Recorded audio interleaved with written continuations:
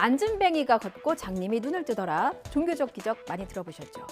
이 남성도 그랬습니다. 병원에서는 분명 전신마비 진단을 받았거든요. 그런데 병원을 나오자마자 벌떡 일어서는가 하면 집으로 돌아가니까 쓰레기도 참 잘 버리러 나왔습니다. 이거 정말 기적 같은 일이죠.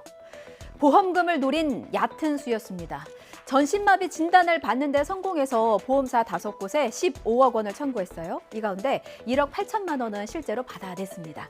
하지만 경찰의 오랜 잠복 수사 끝에 완전 범죄는 수포로 돌아갔습니다. 양동훈 기자입니다.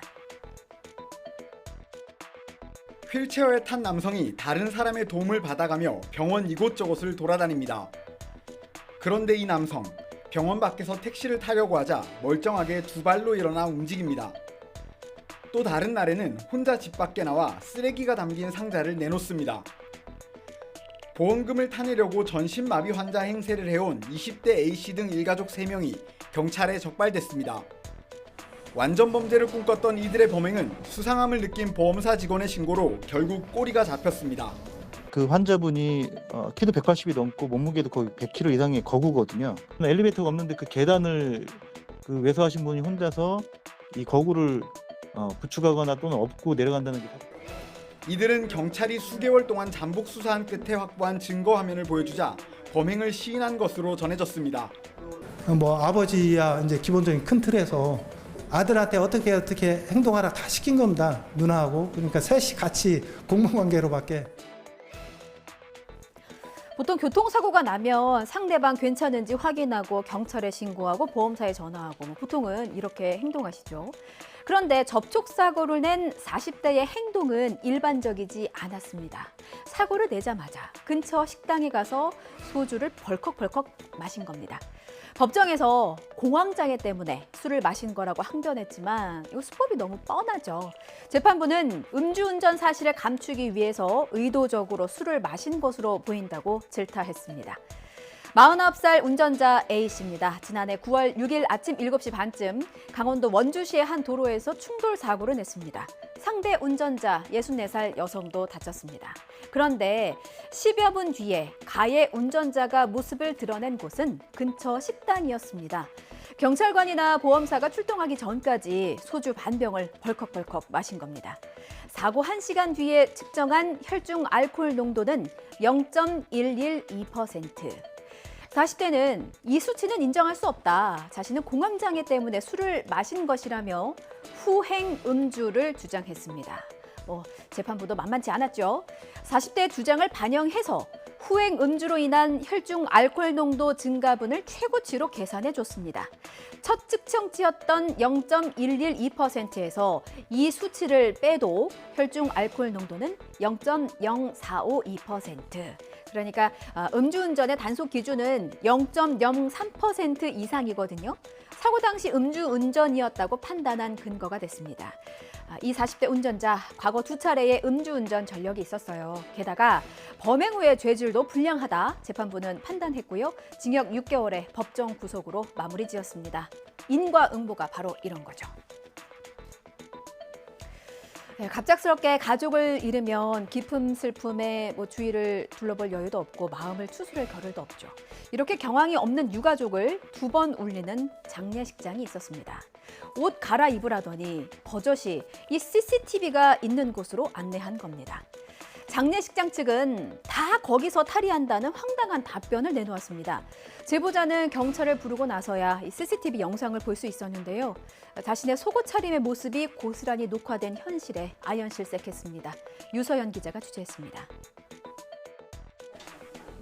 지난달 말 아버지를 여인 40대 여성 A씨. 비밀번호도 누르고 들어가셔서 여기는 그냥 폐쇄된 공간이구나, CCTV가 없겠구나라고 생각을 했고 그래서 믿고 그냥 옷을 갈아입었는데 CCTV가 있어서 좀 너무 놀랬고. 장례식장에 곧바로 항의했더니 돌아오는 답변은 더 황당했습니다. 관행 쪽으로 그렇게 안내를 한대요, 이 장소를. 우리만이 아니라니까.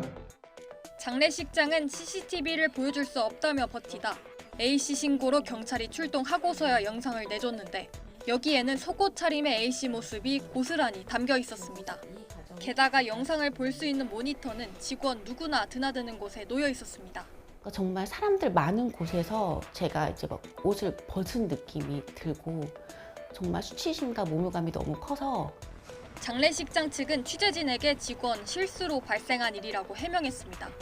보통 이제 저희가 가족실이나 저희가 이제 그 게스트룸 쪽으로 이제 안내를 해드리는데 저희가 그때 좀 실수로 경찰은 장례식장이 개인정보보호법을 위반했다고 보고 과태료 처분을 검토하고 있습니다.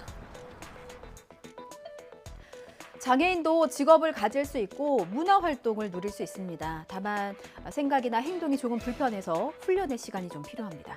그래서 장애인 복지관에서 사회복지사가 돕습니다. 도움을 받는 줄 알고 감사한 마음으로 보낸 기관이었는데 사회복지사 팀장에게 조롱당하고 비하 발언을 들을 줄이야. 자식을 맡긴 부모는 억장이 무너집니다.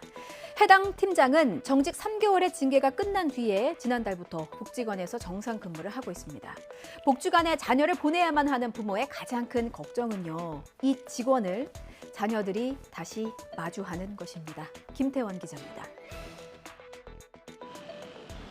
지난 2013년 설립된 서울의 한 장애인 복지관입니다. 이곳 직업활동팀에서 근무했던 사회복지사들은 지난해 6월 참기 힘든 장면을 목격했습니다.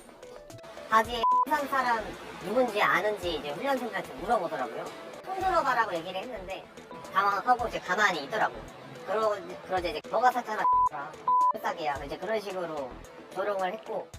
장애인 훈련생들에 대한 A씨의 언어폭력 등 정서적 학대는 이뿐만이 아니었습니다. 지난 2020년엔 업무에 서툰 직업훈련생에게 바보라고 부르거나 너는 사람이 아니다라며 심한 비하 발언을 한 것으로 조사됐습니다. 또 지난해 6월 다른 훈련생에겐 식탐을 조절하기 힘들다는 것을 알면서도 자신이 먹던 음식물을 먹으라며 건네줬다는 동료 복지사들의 목격담까지 잇따랐습니다. 짜장면 그릇에 뭐 본인이 먹다 남은 면이랑 양념이 남아있는데 내 거 먹을래? 그러면서 온전한 음식이 아닌 상태인데도 먹으라고 하는 것 자체가 좀 가장 이해가 안 되는 부분이었어요. A씨는 징계 기간을 끝마친 뒤 지난달부터 복지관에서 정상 근무하고 있는 상황. 설마 그랬을 거라고 상상은 못했었거든요.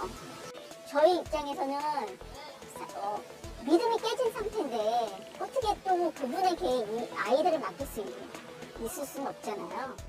해당 복지관 측 관계자는 앞으로 A씨가 근무를 이어가더라도 장애인 훈련생들을 직접 응대하는 일이 없도록 조치하겠다고 설명했습니다.